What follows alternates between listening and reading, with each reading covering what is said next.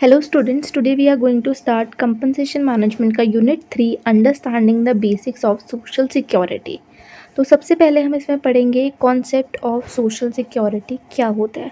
तो social security ना refer किया जाता है एक प्रोटेक्शन को जो प्रोवाइड करी जाती है बाय सोसाइटी या गवर्नमेंट, किसे देती है, इंडिविजुअल्स को देती है किसी भी इकोनॉमिक रिस्क के अगेंस्ट में, या कोई भी अगर अनसर्टनिटीज़ हो जाती है जैसे अनएम्प्लॉयमेंट हो गया, सिकनेस हो गया, डिसेबिलिटी या ओल्ड एज या डेथ हो गई, तो उसके लिए सोसाइटी या गवर्नमेंट जो है ना वो इंडिविजुअल्स को ना सोशल सिक्योरिटी देती है। तो एक लाइफ में ना एक पर्सन जो है ना उसके बहुत सारी अनसर्टनिटीज़ आती रहती हैं, ये आप लोगों को भी पता है।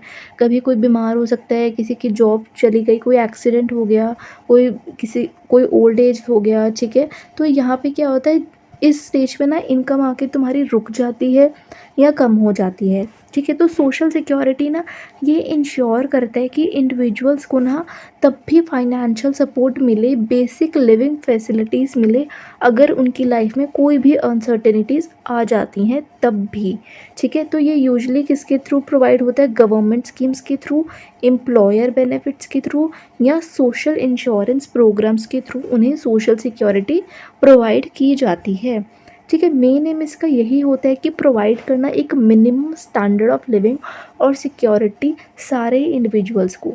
फीचर्स क्या होते हैं सोशल सिक्योरिटीज़ के, कि एक तो ये प्रोटेक्शन प्रोवाइड करता है किसी भी रिस्क या अनसर्टेनिटीज़ के अगेंस्ट में, ठीक है। हम इससे अपनी मिनिमम स्टैंडर्ड ऑफ लिविंग को इंश्योर कर सकते हैं, ठीक है। ये हमें गवर्नमेंट या ऑर्गेनाइजेशंस प्रोवाइड करती हैं।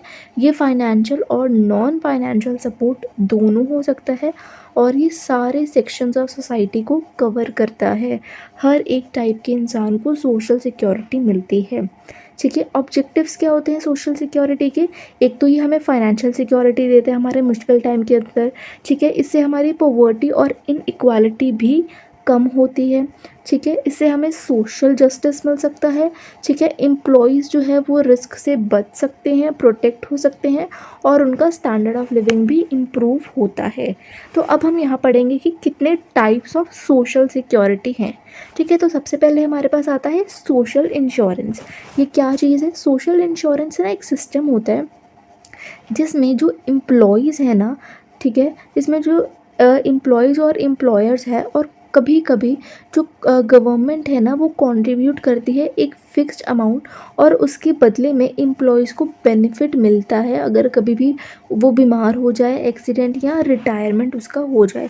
तो इसका मेन प्रिंसिपल क्या है, कंट्रीब्यूशन फर्स्ट, बेनिफिट लेटर। तो इसके की पॉइंट्स हम जान लेते हैं कि ये ना एक कंट्रीब्यूशन बेस्ड सिस्टम है, ये कंपलसरी होता है काफ़ी केसेस में, और ये हमें फाइनेंशियल प्रोटेक्शन भी प्रोवाइड करता है, जैसे एम्प्लॉय स्टेट इंश्योरेंस हो गया, प्रोविडेंट फंड हो गया, वो सारी चीज़ें। बेसिकली आपको पता होगा ये क्या होता है कि हम हर महीने ना, जैसे आपकी कुछ अमाउंट ऑफ सैलरी है, जैसे आपको 10,000 मिल रही है, तो आपको इन हैंड ना 8,000 ही मिल रही है, वो 2,000 एम्प्लॉयर अपने पास ही रख रहा है कि इन फ्यूचर अगर आपको कुछ हो जाता है, ठीक है, कोई भी आपको ज़रूरत होती है सोशल बेनिफिट के, तो वो आपके जो हर महीने 2,000 वो बचा रहे हैं, इकट्ठे कर रहे हैं, कलेक्ट कर रहे हैं, वो आपको आपके मुश्किल टाइम में दे दें, ठीक है। तो मेन सोशल इंश्योरेंस का मतलब यही होता है इसके अंदर। सेकंड हम पढ़ते हैं कि सोशल असिस्टेंस क्या होता है। तो सोशल असिस्टेंस ना एक सिस्टम होता है जहाँ पे गवर्नमेंट प्रोवाइड करती है फाइनेंशियल हेल्प लोगों को बिना कोई भी कंट्रीब्यूशन लिए, ठीक है। ये मेनली किसके लिए होता है, पुअर के लिए, अनएम्प्लॉयमेंट के लिए, अनएम्प्लॉयड के लिए, और वीकर सेक्शन ऑफ सोसाइटी के लिए, ठीक है। ये नीड बेस्ड सपोर्ट होता है, यहाँ पे कोई भी कंट्रीब्यूशन नहीं चाहिए, ये फुल्ली फंडेड बाय गवर्नमेंट होता है, और ये इकोनॉमिकली वीकर सेक्शंस के लिए होता है। सोशल इंश्योरेंस में क्या था, सोशल इंश्योरेंस में आपका है ये कौन सा होता है, कंट्रीब्यूशन बेस्ड होता है। यहाँ पे आपके एम्प्लॉयज़, एम्प्लॉयर और कभी कभी गवर्नमेंट एक फ़िक्स्ड अमाउंट क्या करती है, कंट्रीब्यूट करती है, ठीक है। एंड सोशल असिस्टेंस में आपका फुल्ली फंडेड होता है, यहाँ पे कोई भी कंट्रीब्यूशन नहीं चलता। जैसे एग्जांपल आप पढ़ लो, ओल्ड एज पेंशन आपको गवर्नमेंट देती है, अनएम्प्लॉयमेंट अलाउंस और विडो पेंशन भी गवर्नमेंट देती है। ठीक है। थर्ड हमारे पास आता है पब्लिक सोशल सर्विसेज। ये क्या कहते हैं, आपको नाम से ही ईजिली समझ आ जाए कि ये जो सर्विसेज है ना गवर्नमेंट प्रोवाइड करता है, जिससे क्या इम्प्रूव हो पाए जर्नल वेलफेयर और quality of life of people. ठीक है, ये हमेशा कैश के फॉर्म में नहीं होते, बट ये फैसिलिटीज़ के रूप में होते हैं, फैसिलिटीज़ के फॉर्म में होते हैं। ये हर एक सिटीजन्स को प्रोवाइड करे जाते हैं। इसका फोकस होता है ओवरऑल वेलफेयर पे, और ये हमें क्या देते हैं, नॉन मॉनेटरी बेनिफिट्स ये हमें प्रोवाइड करते हैं। जैसे हमें फ्री और सब्सिडाइज्ड एजुकेशन मिल रही है, पब्लिक हेल्थ केयर मिल रहा है, हाउसिंग स्कीम्स मिल रही है। तो ये सब किसके अंदर में आ जाता है, पब्लिक और सोशल सर्विसेज के अंदर आ जाता है। ठीक है, अब हम पढ़ेंगे कि क्या इम्पोर्टेंस होती है सोशल सिक्योरिटी की। तो सबसे पहले तो ये हमें इकोनॉमिक स्टेबिलिटी प्रोवाइड करता है, इससे हमारा स्ट्रेस और इनसिक्योरिटी कम होती है। ये हमारे क्वालिटी ऑफ लाइफ को इम्प्रूव करता है, हमारा सोशल वेलफेयर को भी प्रमोट करता है और इकोनॉमिक डेवलपमेंट को भी सपोर्ट करता है। अब हमारे यहाँ पे कुछ लॉज़ हैं रिलेटेड टू सोशल सिक्योरिटी, तो वो कौन कौन से हैं हम पढ़ लेते हैं। तो सबसे पहले हमारे पास आता है प्रोविडेंट फंड, पीएफ। ये क्या होता है, ये ना एक रिटायरमेंट सेविंग स्कीम होती है, जिसके अंदर एम्प्लॉय और एम्प्लॉयर दोनों क्या करते हैं, एक फिक्स्ड परसेंटेज ऑफ सैलरी क्या करते हैं, कंट्रीब्यूट करते हैं, जिससे कि वो फाइनेंशियल सिक्योरिटी प्रोवाइड कर पाए आफ्टर रिटायरमेंट। जैसे अभी मैंने ऊपर सोशल इंश्योरेंस में आपको समझाया था, वही चीज़ है। तो इस स्कीम के अंदर एक जो पोर्शन होता है ना एम्प्लॉय की सैलरी का, वो हर महीने डिडक्ट करा जाता है। ठीक है, और इक्वल कंट्रीब्यूशन जो है ना वो एम्प्लॉयर भी करता है। तो ये जो अमाउंट डिपॉजिटेड होता है ना पीएफ अकाउंट के अंदर होता है, और इसमें हमें ओवर द टाइम इंटरेस्ट भी ऑन होता रहता है। तो जो हमारा एक्यूमुलेटेड अमाउंट है ना वो बाद में जाके एक लार्ज फंड बन जाता है, जो एम्प्लॉय को हम दे सकते हैं रिटायरमेंट के टाइम में, उसके रेजिग्नेशन के टाइम में, या अगर कोई सर्टेन इमरजेंसीज हो जाती हैं तब भी हम उसे वो चीज़ें प्रोवाइड कर सकते हैं। ठीक है, इसके कुछ लीगल प्रोविजंस भी हैं, आप पढ़ सकते हो कि पीएफ जो है वो इंडिया में गवर्न करा जाता है किसके, by this employees provident funds and miscellaneous provisions act 1952। इतना इंपॉर्टेंट नहीं है, बट लिख दोगे तो मार्क्स मिल जाएंगे। मेन आप इसके की पॉइंट समझ लो कि ठीक है ये एप्लीकेबल होता है स्पेसिफाइड इस्टेब्लिशमेंट्स में। ठीक है, कंट्रीब्यूशन एम्प्लॉयर और एम्प्लॉय दोनों करता है, जर्नली 12% का। ठीक है, ये गवर्नमेंट अथॉरिटी के अंदर मैनेज होता है। ये इंक्लूड करता है पीएफ को भी, पेंशन को भी और इंश्योरेंस को भी, और ये मैंडेटरी होता है एलिजिबल एम्प्लॉयज़ के लिए। इसके ऑब्जेक्टिव्स क्या हैं आप पढ़ सकते हो कि फाइनेंशियल सिक्योरिटी मिल जाती है हमें। ठीक है, सेविंग हैबिट्स बन जाती है एम्प्लॉयज़ के बीच में। ठीक है, एम्प्लॉयज़ को सपोर्ट करता है इमरजेंसी के टाइम, और ओल्ड एज में भी डिपेंडेंसी रिड्यूस हो सकती है। एडवांटेजेस आप पढ़ लो, इसके की फीचर्स आप पढ़ लो क्या क्या हैं। ठीक है, मैंने आपको सब बता दिए, आप यहाँ से रीड कर लेना। एंड अगेन एडवांटेजेस या इम्पोर्टेंस भी आप पढ़ सकते हो, बहुत इजी है कि ये हमें फाइनेंशियल स्टेबिलिटी देता है, डिसिप्लिन सेविंग्स होती है, इंटरेस्ट मिलता है, इमरजेंसीज के टाइम में हेल्प करते हैं, वही सारी सेम चीज़ें हैं जो हमने ऑब्जेक्टिव्स में भी पढ़ी हैं। ठीक है, लिमिटेशंस आप क्या है इसकी कि जो फंड्स है ना हमारे लॉन्ग टर्म के लिए लॉक हो जाते हैं। ठीक है, अगर हमारी कोई रिटायरमेंट नहीं आ रही, इमरजेंसी नहीं आ रही या कोई भी चीज़ नहीं है, तो वो पैसा वहीं रहेगा, हम बिना मतलब में उस पैसे को नहीं निकाल सकते। ठीक है, जब तक कोई इमरजेंसी ना हो। ठीक है, लिमिटेड लिक्विडिटी होती है, जो फिक्स्ड कंट्रीब्यूशन होता है ना वो फ्लेक्सिबिलिटी को रिड्यूस कर देते हैं, और ये कभी कभी सफिशिएंट भी नहीं होता हमारे रिटायरमेंट के लिए। ठीक है, सेकेंड हम पढ़ते हैं यहाँ पे एम्प्लॉयज़ स्टेट इंश्योरेंस क्या होता है। तो एम्प्लॉय स्टेट इंश्योरेंस ना एक सोशल सिक्योरिटी है और हेल्थ इंश्योरेंस स्कीम है। ठीक है, जो क्या करता है, प्रोवाइड करता है मेडिकल और फाइनेंशियल बेनिफिट्स एम्प्लॉयज़ को, किस केस में, सिकनेस के केस में, मैटरनिटी के केस में, डिसेबिलिटी और डेथ के केस में हम क्या प्रोवाइड करते हैं, एम्प्लॉयज़ स्टेट इंश्योरेंस को। तो अंडर ईएसआई बोथ जो एम्प्लॉय और एम्प्लॉयर है ना वो कंट्रीब्यूट करते हैं क्या, स्मॉल परसेंटेज ऑफ वेजेस को टू अ कॉमन फंड में, जैसे पीएफ में करते हैं वैसे ही इसमें भी करते हैं। तो इसके बदले में एम्प्लॉयज़ को क्या रिसीव होता है, मेडिकल केयर और कैश बेनिफिट्स, ठीक है, अगर वो हेल्थ इश्यूज़ के चलते काम नहीं कर पाते, ठीक है। तो डिफरेंस तो आपको समझ आ ही गया होगा। पीएफ में क्या होता है, अगर आपकी रिटायरमेंट हो गई, पेंशन आपको चाहिए, कोई इमरजेंसी है, रिज़ाइनेशन आप दे रहे हो, उस टाइम में आपको मिलता है पीएफ। और ये आपको ईएसआई कब मिलता है, जब आपको कोई भी हेल्थ इश्यूज़ है तब। तो ईएसआई कौन गवर्न करता है, एम्प्लॉय स्टेट इंश्योरेंस एक्ट 1948 के अंदर ही आता है। इसके की पॉइंट्स आप पढ़ सकते हो कि आप बहुत ईजी है, वही सारी चीज़ें जो हमने ऊपर पढ़ी है, ठीक है। ये सर्टेन इस्टेब्लिशमेंट्स होती हैं इसकी, दोनों लोग इसमें कंट्रीब्यूट करते हैं। ईएसआई कॉरपोरेशन मैनेज करती है, मेडिकल और कैश बेनिफिट्स होता है और मैंडेटरी होता है एलिजिबल एम्प्लॉयज़ के लिए। ऑब्जेक्टिव्स आप पढ़ सकते हो, क्या चीज़ है, वही कि मेडिकल केयर देता है एम्प्लॉयज़ को, फाइनेंशियल सपोर्ट देता है अगर कोई सिकनेस इंजरी हो जाए, प्रोटेक्ट करता है एम्प्लॉयज़ को अगेंस्ट हेल्थ रिलेटेड रिस्क, और इंश्योर करता है सोशल एंड इकोनॉमिक सिक्योरिटी को। फीचर्स पढ़ सकते हो, वही सारी चीज़ें, हेल्थ इंश्योरेंस कवर होता है, कैश बेनिफिट्स मिलता है, आप इजीली रीड कर सकते हो, आपको समझ में आ जाएगा। एडवांटेजेस एंड इंपॉर्टेंस भी पढ़ लो कि इससे रिड्यूस हो सकता है बर्डन हमारे मेडिकल एक्सपेंस पे, ठीक है, हमारी हेल्थ सिक्योरिटी प्रोवाइड करता है, ये एम्प्लॉयज़ को सपोर्ट करता है इमरजेंसीज़ में, एम्प्लॉय की वेलबींग को इम्प्रूव करता है और जॉब सेटिस्फेक्शन भी इंक्रीज़ करता है।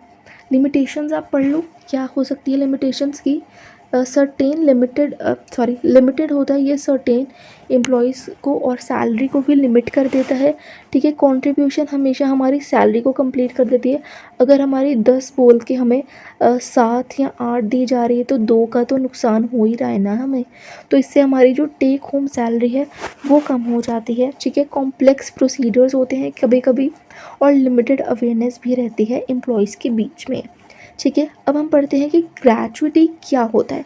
तो ग्रेचुइटी ना एक लंपसम पेमेंट होता है जो एम्प्लॉयर करता है टू एन एम्प्लॉय को as a token for of appreciation for long and continuous services के लिए, ठीक है। अगर कोई एम्प्लॉय बहुत ज़्यादा सालों तक किसी कंपनी में काम कर रहा है तो एक लंपसम अमाउंट एम्प्लॉयर होता है।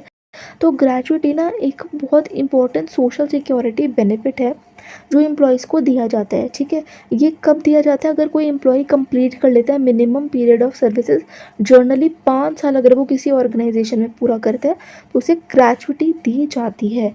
तो मेन पर्पस क्या होता है ग्रेचुइटी का, कि रिवॉर्ड करना एम्प्लॉयज़ को, ठीक है, उनकी लॉयल्टी और उनकी लॉन्ग टर्म कमिटमेंट के लिए, ठीक है। ये मंथली तो पेड नहीं होता लेकिन ये वन टाइम पेमेंट ही होती है, रिटायरमेंट के टाइम में, रेजिग्नेशन के टाइम में, या डेथ या डिसेबिलिटी के टाइम में। तो जो अमाउंट होता है ना ग्रेजुएटी का वो यूजुअली कैलकुलेट होता है कि लास्ट ड्रॉन सैलरी उनकी कितनी थी, कितने नंबर ऑफ़ ईयर्स उन्होंने सर्विसेज दी है। तो ये एक्ट करता है एक फाइनेंशियल सपोर्ट की तरह एम्प्लॉयज़ को जब वो ऑर्गेनाइजेशन को छोड़ के जाते हैं। तो ग्रेजुएटी जो है वो पेमेंट ऑफ ग्रेजुएटी एक्ट 1972 के अंदर आता है। की पॉइंट्स आप पढ़ सकते हो इस एक्ट की कौन कौन से हैं, ठीक है। सारी चीज़ें जो हमने एक्सप्लेनेशन में पढ़ी है, ठीक है। 5 साल का वो होना चाहिए, सर्विस देनी चाहिए, ठीक है। ये एप्लीकेबल होता है ऑर्गेनाइजेशंस को, स्पेसिफाइड नंबर ऑफ़ एम्प्लॉयज़ अगर हैं, ठीक है। एम्प्लॉयर जो है वो लीगली बाउंड होता है कि उसे ग्रेचुइटी पे करनी ही पड़ती है अगर कोई लॉन्ग टर्म के लिए काम कर रहा है, ठीक है। और ये एम्प्लॉय के जो राइट्स हैं उन्हें भी प्रोटेक्ट करता है। अब की फ़ीचर्स क्या हैं ग्रेचुइटी की, लमसम अमाउंट पे करा जाता है, मिनिमम सर्विस पे ख़त्म होने के बाद मिलता है, ये बेस्ड होता है सैलरी और ईयर्स ऑफ सर्विस कितने दी हैं, ठीक है। स्टैचुरी बेनिफिट होता है, मतलब ये बाय लॉ होता है, कंपल्सरी बाय लॉ होता है जो कि देना ही देना होता है, ठीक है। ये रिवॉर्ड होता है हमारे लॉन्ग टर्म सर्विसेज के लिए और ये पे किया जाता है at the time of exit from job के चलते। ऑब्जेक्टिव्स आप पढ़ सकते हो, बहुत ईजी हैं, एंड अगेन एडवांटेजेस आप पढ़ लो और लिमिटेशंस भी आप पढ़ लो। एडवांटेजेस तो आप समझ ही गए होंगे, वही सारी चीज़ें जो हमने ऊपर पढ़ी। लिमिटेशंस क्या है कि एक तो बहुत लंबे टाइम के बाद हमें ये पेमेंट मिलती है, वन टाइम पेमेंट रहती है, ठीक है। कभी कभी ये हमारे लॉन्ग टर्म नीड्स के लिए भी सफिशिएंट नहीं होती और ये डिले भी कर देता है पेमेंट्स को कुछ केसेस के अंदर, ठीक है। सुपर एन्युएशन क्या होता है? सुपर एन्युएशन ना एक रिटायरमेंट बेनिफिट स्कीम होती है जिसमें एम्प्लॉयर को ना कंट्रीब्यूट करना होता है एक फ़ंड, ताकि वो फाइनेंशियल सिक्योरिटी दे पाए एम्प्लॉयज़ को रिटायरमेंट के बाद। देखो सारी चीज़ें ना बहुत ज़्यादा सिमिलर हैं, आपको बस एक बार रीड करने की ज़रूरत है, वरना सारी चीज़ें तो बहुत ज़्यादा सिमिलर हैं। ठीक है, सारे आपकी बेनिफिट स्कीम्स ही हैं। तो इसके इस स्कीम के अंदर ना एम्प्लॉयर ही कंट्रीब्यूट करता है फिक्स्ड अमाउंट, ठीक है, और एम्प्लॉय को देता है during the period of employment के चलते। ये जो फंड है ना ये एक्यूमुलेट होता रहता है ओवर टाइम और इन्वेस्ट करता है ताकि हम उस पर रिटर्न्स को अर्न कर पाएँ। ठीक है, at the time of retirement जो एम्प्लॉय है ना वो ये रिसीव करता है अमाउंट या तो लमसम पेमेंट में या उसे रेगुलर पेंशन मिलती रहती है। तो सुपर एन्युएशन जो है ना वो एक्ट करता है एडिशनल रिटायरमेंट बेनिफिट पीएफ और ग्रेचुटी के साथ साथ, जो इंश्योर करता है better financial stability after retirement. ठीक है, लीगल प्रोविजंस आप पढ़ सकते हो, बहुत इजी है कि एक तो ये वॉलेंट्री स्कीम है, कंपलसरी नहीं होता।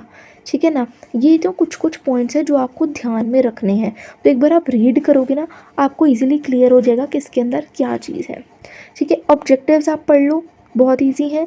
की फीचर्स आप पढ़ लो, ऑब्जेक्टिव्स तो आप वही सारे हैं कि हमें फाइनेंशियल सिक्योरिटी देता है एक तो रिटायरमेंट के बाद, रेगुलर हमारी इनकम हो सकती है, लॉन्ग टर्म फाइनेंशियल प्लानिंग, और हमारे सप्लीमेंट अदर बेनिफिट स्कीम्स भी होते हैं जैसे पीएफ और ग्रेचुटी।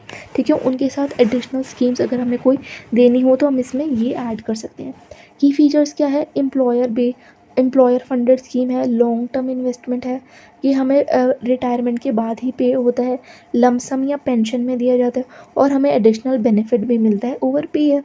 ठीक है, एडवांटेजेस आप पढ़ लो, सेम है। लिमिटेशंस आप यहाँ पढ़ सकते हो कि मैंडेटरी नहीं होता है, लिमिटेड कंट्रोल रहता है एम्प्लॉयज़ का, अमाउंट जो है वो एम्प्लॉयर के कंट्रीब्यूशन पे डिपेंड करता है, complex rules and tax implications हो सकते हैं, और ये कभी कभी रिटायरमेंट्स की नीड्स को भी अच्छे से पूरा नहीं कर पाता। अब हम पढ़ते हैं कि बोनस क्या होता है। आप लोगों को पता होगा बहुत अच्छे से कि बोनस ना एक एडिशनल पेमेंट होता है जो एम्प्लॉयज़ को दिया जाता है उनके रेगुलर सैलरी या वेजेस के अलावा। ठीक है, ये ना एक रिवॉर्ड की तरह काम करता है उनकी परफॉर्मेंस के लिए। तो जो बोनस है ना वो एम्प्लॉयज़ को प्रोवाइड किया जाता है ताकि वो मोटिवेट रहें और उन्हें उनके कॉन्ट्रीब्यूशन के लिए वो रिवॉर्ड करे, ताकि जो ऑर्गेनाइजेशन की सक्सेस भी मेंटेन रहे और वो ज़्यादा से ज़्यादा प्रोडक्टिव थिंग्स करें। ठीक है, ये बेस्ड होता है इंडिविजुअल परफॉर्मेंस पे या ग्रुप परफॉर्मेंस पे। ठीक है, और ओवरऑल कंपनी के प्रॉफिट्स पे भी ये डिपेंड करता है। तो इंडिया के अंदर जो बोनस है ना वो सिर्फ वॉलेंट्री रिवॉर्ड नहीं होता, बट ये एक स्टैचुरी ऑब्लिगेशन भी होता है कुछ केसेस में। ठीक है, मतलब कि स्टैचुरी ऑब्लिगेशन का मतलब कि किसी किसी केसेस में ना ये कंपल्सरी बाय लॉ भी होता है। ठीक है, कि कभी कभी हमें ये देना ही पड़ जाता है। ठीक है, मतलब ऐसा नहीं कि कोई ज़्यादा टारगेट्स अचीव कर रहा है और आप उसे ना दो। ठीक है, किसी किसी कंपनी में ऐसा नहीं भी होता, बट मोस्टली कंपनीज़ में ये कंपलसरी बाय लॉ होता है, देना ही देना होता है। तो अंडर द लॉ जो एलिजिबल एम्प्लॉयज़ है ना उन्हें हमें मिनिमम बोनस देना होता है अगर ऑर्गेनाइजेशन लो प्रॉफिट अर्न कर रही हो तब भी। तो बोनस जो है वो एनुअली पे करा जाता है या फेस्टिवल्स के टाइम में। ठीक है, और ये एक्ट करता है एक इम्पॉर्टेंट टूल की तरह जिससे एम्प्लॉय का मोराल और प्रोडक्टिविटी इम्प्रूव होता है। ठीक है, कौन इसे गवर्न करता है? Payment of bonus act 1965। की पॉइंट्स क्या है इसके? ये एप्लीकेबल होता है सर्टेन इस्टेब्लिशमेंट एंड एम्प्लॉयज़ के लिए ही। ठीक है, इसका मिनिमम बोनस कितना होना चाहिए? जनरली 8.33% हमें पेड करना चाहिए। मैक्सिमम बोनस लिमिट हमारी 20% होनी चाहिए। ये बेस्ड होता है सैलरी एंड प्रॉफिट्स पे, मैंडेटरी होता है एलिजिबल एम्प्लॉयज़ के लिए।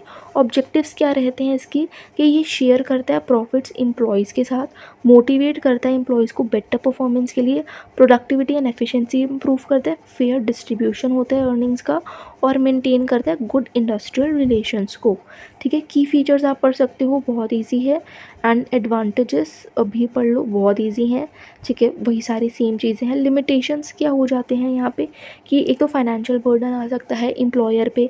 ठीक है, हमेशा ये इंडिविजुअल की परफॉर्मेंस से लिंक नहीं होता, कभी कभी डिससेटिस्फैक्शन भी हो सकती है।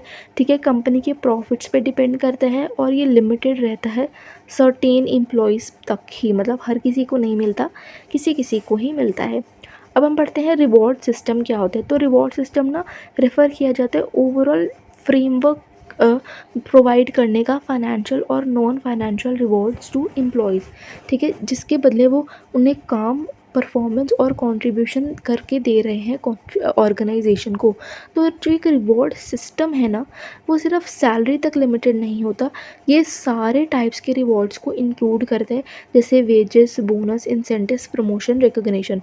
तो रिवॉर्ड सिस्टम ना मेनली एक सिस्टम है जो हर एक चीज़ों को देखता है कि हम कि एम्प्लॉय हमें कैसा काम करके दे रहा है और उसके बदले में हमें उसे कैसा रिवॉर्ड देना है, वही हमारा रिवॉर्ड सिस्टम कहलाता है। तो जो मेन पर्पस है ना रिवॉर्ड सिस्टम का, वो ये है कि मोटिवेट करना एम्प्लॉयज़ को, परफॉर्मेंस इम्प्रूव करो और अलाइन करो एम्प्लॉय की एफर्ट्स के साथ, ठीक है। रिवॉर्ड जो है वो दो टाइप्स की हो सकती है, एक तो मॉनेटरी मतलब सैलरी, बोनस, इंसेंटिव दे दो, या तो नॉन मॉनेटरी मतलब प्रमोशन, रिकॉग्निशन या जॉब सेटिस्फैक्शन दे दो, ठीक है। एक वेल डिज़ाइन रिवॉर्ड सिस्टम ना इंश्योर करते हैं कि जो एम्प्लॉयज़ है वो हमेशा वैल्यू रहे, सेटिस्फाई रहे और मोटिवेट रहे, जिससे क्या होगा, उनकी ऑर्गेनाइजेशन की ही एफिशिएंसी इम्प्रूव होगी। लीगल प्रोविजंस की बात करें तो इसका कोई स्पेसिफिक लॉ नहीं है, ठीक है।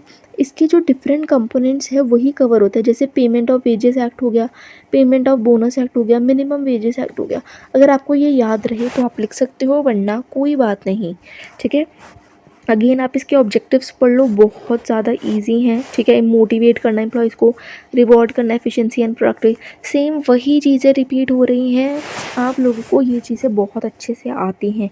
की फीचर्स भी आप पढ़ सकते हो पॉज करके, एंड एडवांटेजेस भी आप पढ़ लीजिए, एंड लिमिटेशंस भी पढ़ लो कि बहुत डिफ़िकल्ट रह जाते हैं कभी कभी डिज़ाइन करने में एक फेयर सिस्टम, अनहेल्दी कंपटीशन हो सकता है, रिस्क ऑफ बायसनेस हो सकती है, कॉस्टली होता है ऑर्गेनाइजेशन के लिए, और सारे रिवॉर्ड सेटिस्फाई नहीं करते हर एक एम्प्लॉय को, ठीक है। देन हमारे पास आता है रिटायरमेंट।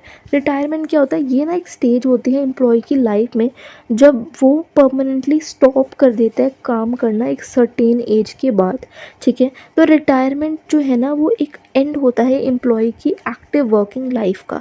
तो रिटायरमेंट के बाद एम्प्लॉय को कोई भी रेगुलर सैलरी या वेजेस नहीं रिसीव होते, और वो सिर्फ किस पे डिपेंड होता है, सोशल सिक्योरिटी पे ही, कि उसे पीएफ मिलेगा, pension, gratuity, superannuation, personal savings, इन सब पे ही वो रिटायरमेंट के बाद क्या होता है, डिपेंड होता है।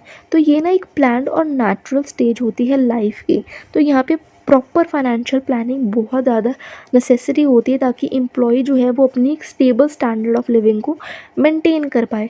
तो ऑर्गेनाइजेशंस ना सपोर्ट करती है एम्प्लॉयज़ को थ्रू वेरियस रिटायरमेंट बेनिफिट्स के चलते, जो भी हमने ऊपर पढ़ी हैं, उन्हीं सारे रिटायरमेंट बेनिफिट्स के चलते जो ऑर्गेनाइजेशंस होती हैं अपने एम्प्लॉयज़ को, अपने इंडिविजुअल्स को रिटायरमेंट के टाइम में क्या करती है, हेल्प करती है। इसके लीगल प्रोविजंस क्या है, तो रिटायरमेंट एज जो है ना वो जर्नली डिफाइन करी जाती है ऑर्गेनाइजेशनल पॉलिसीज़ के चलते।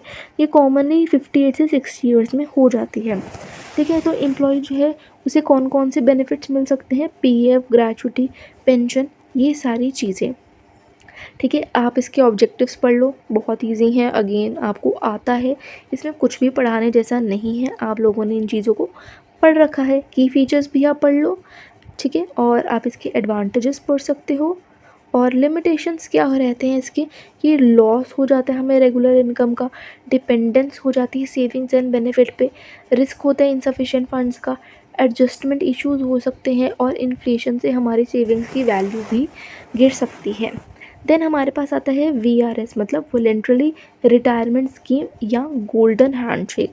ये क्या चीज़ होती है, इसे हम जल्दी से अच्छे से पढ़ लेते हैं, ठीक है। तो वॉलंटरी रिटायरमेंट स्कीम ना एक स्कीम होती है, ठीक है, जिसमें एक एम्प्लॉई ना चूज़ करता है कि वो अपनी मर्ज़ी से रिटायर हो रहा है before the normal retirement age के चलते, in exchange for a compensation package जो एम्प्लॉयर को प्रोवाइड किया जाता है, ठीक है। वॉलंटरी रिटायरमेंट स्कीम में एक जो पर्सन होता है ना वो अपनी मर्ज़ी से रिटायर होता है, और उसको उसके बदले में एक कंपनसेशन पैकेज भी दिया जाता है जो उसका एम्प्लॉयर ही उसे देता है। तो वीआरएस ना इंट्रोड्यूस करा जाता है बाय ऑर्गेनाइजेशंस जब वो रिड्यूस करना चाहते हो अपने एक्सेस वर्कफोर्स को, ठीक है, अपने कॉस्ट को कम करना चाहते हो, वो तब वीआरएस होता है। तो अगर instead of forcing employees to leave, जो कंपनीज है ना वो अट्रैक्टिव पैकेज देती है ताकि एम्प्लॉयज़ अपनी ही मर्ज़ी से अर्ली रिटायरमेंट को चूज़ कर ले। तो जो एम्प्लॉयज़ जो है ना अगर वो वीआरएस एक्सेप्ट करते हैं तो उन्हें क्या रिसीव होता है, एक लमसम कंपनसेशन रिसीव होता है अलॉन्ग विद बेनिफिट, जैसे प्रोविडेंट फंड हो गया, ग्रेचुइटी हो गया और कभी कभी पेंशन भी। इसे हम गोल्डन हैंडशेक भी कहते हैं क्योंकि एम्प्लॉय जो है वो ऑर्गेनाइजेशन को लीव करता है एक फाइनेंशियली बेनिफिशियल एग्जिट पैकेज के साथ। ठीक है, देन हमारे पास आते हैं इसके लीगल प्रोविजंस।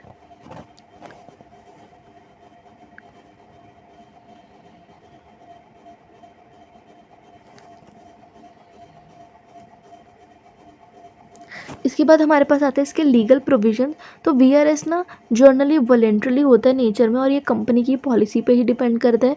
इसे गवर्नमेंट की गाइडलाइंस को फॉलो करना चाहिए, और कंपनसेशन प्रिस्क्राइब्ड रूल्स के चलते चलते हैं और ये फोर्स नहीं करा जाता। ऑब्जेक्टिव्स क्या रहते हैं इसके कि अगर स्टाफ रिड्यूस करना है तब, ठीक है, ऑपरेशनल कॉस्ट कम करनी है तब ये चीज़ यूज़ होती हैं। ठीक है, ऑर्गेनाइजेशन की एफिशिएंसी इंप्रूव करनी हो, स्मूथ और वॉलेंट्रली एग्जिट चाहिए हो और कंपल्सरी ले ऑफ्स को कम करना हो तब। ठीक है, की फीचर्स पढ़ सकते हो, वॉलेंट्रली डिसीजन होता है, अर्ली रिटायरमेंट होती हो, ये आपको पता है अच्छे से। इसके एडवांटेजेस आप पढ़ सकते हो एम्प्लॉयर के लिए और एम्प्लॉय के लिए। एम्प्लॉयर के लिए क्या है, एक तो वर्कफोर्स की कॉस्ट कम होती है, एफिशिएंसी इंप्रूव हो सकती है और लीगल इश्यूज ऑफ ले ऑफ्स को भी अवॉइड किया जाता है। और एम्प्लॉय के लिए क्या एडवांटेज है कि हम उसे लमसम रिसीव होता है फाइनेंशियल बेनिफिट के चलते। ठीक है, ऑप्शन होता है उसके पास अर्ली रिटायरमेंट का और वो अपना न्यू करियर और बिजनेस भी स्टार्ट कर सकता है। लिमिटेशंस क्या रहते हैं इसके कि ये इससे ना एक्सपीरियंस एम्प्लॉयज़ जो है ना वो ऑर्गेनाइजेशंस को छोड़ के जा सकते हैं। एम्प्लॉयज़ को डिफ़िकल्टी हो सकती है नई जॉब ढूंढने में। लमसम अमाउंट जो है वो कभी कभी एग्जॉस्टेड भी हो जाता है बहुत जल्दी। इमोशनल और फाइनेंशियल एडजस्टमेंट इश्यूज़ रहते हैं और ये हर एक एम्प्लॉय के लिए सूटेबल नहीं होता है। So that's it. ये बहुत छोटा सा चैप्टर था एंड काफ़ी रिपीटेड चीज़ें थी। जैसे मैंने नोटिस किया कि सब यूनिट्स में ना वही सेम चीज़ें चल रही हैं। तो आप बस इन सबको अच्छे से एक बार रीड कर लेना एंड आपका पेपर बहुत अच्छा हो सकता है। एंड ये काफ़ी डिटेल में नोट्स हैं, आपका ईजीली हो जाएगा।